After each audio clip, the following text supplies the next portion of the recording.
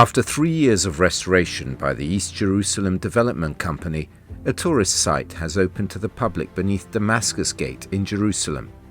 The site takes visitors on a journey through time to the pagan city of Aelia Capitolina, built in the 2nd century on the ruins of destroyed Jerusalem.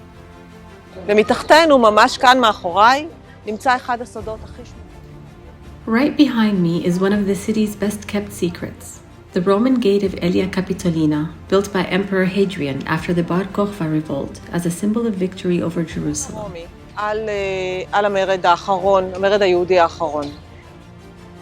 The gate's architecture consisted of a decorated triumphal arch, with 3 arched passageways and 2 massive lateral towers. The left arch is still nearly intact. At the top of the arch, the name of the Roman city was inscribed, Aelia Capitolina.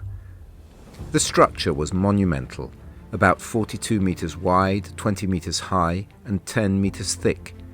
Columns with elevated bases stood at the sides of the arches and are still visible among the archaeological remains.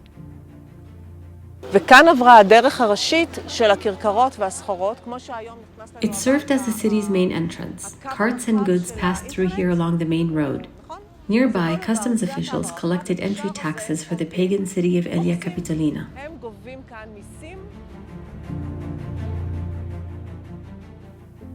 Behind the gate opens a paved square where grooves cut into the stone to prevent cartwheels from slipping can still be seen.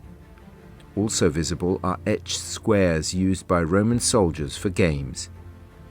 At the center of the square stood a column from which distances along the roads leading to the city were measured. The column is clearly depicted on the Madaba map. It gave the gate its Arabic name, Bab al-Amud, meaning Gate of the Column. On the floor of the square, a modern engraving now marks the column's original location. The gate was the grand entrance to the city, welcoming visitors with all its majesty and solemnity. Beyond its decorative role, the gate symbolizes a tragic shift in the city's history, from the site of the Lord's temple to a pagan city. The Romans built a temple to Jupiter on the Temple Mount, intensifying Jewish indignation and setting the stage for the Bar Kokhba Revolt. There was initial debate over whether to rebel. The elders firmly opposed it, haunted by memories of the horrific war 60 years earlier. It had been terrible.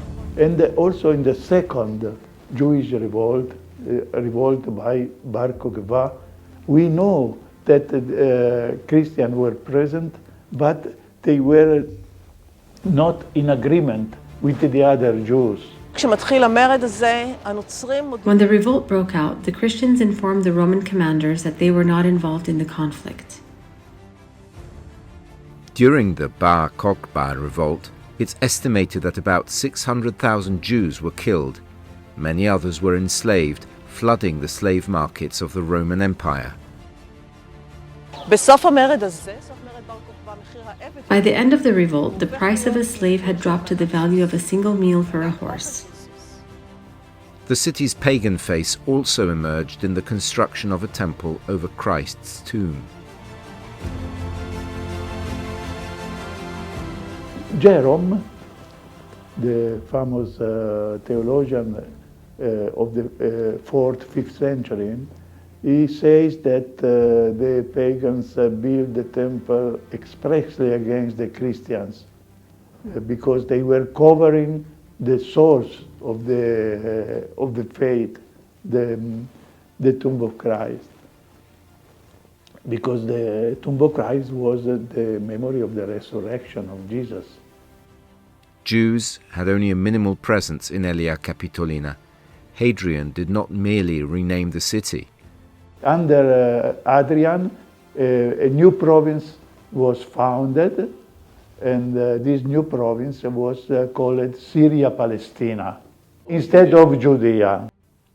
Jerusalem regained its status as a holy city only at the beginning of the Byzantine period, when Christianity became the official religion of the empire.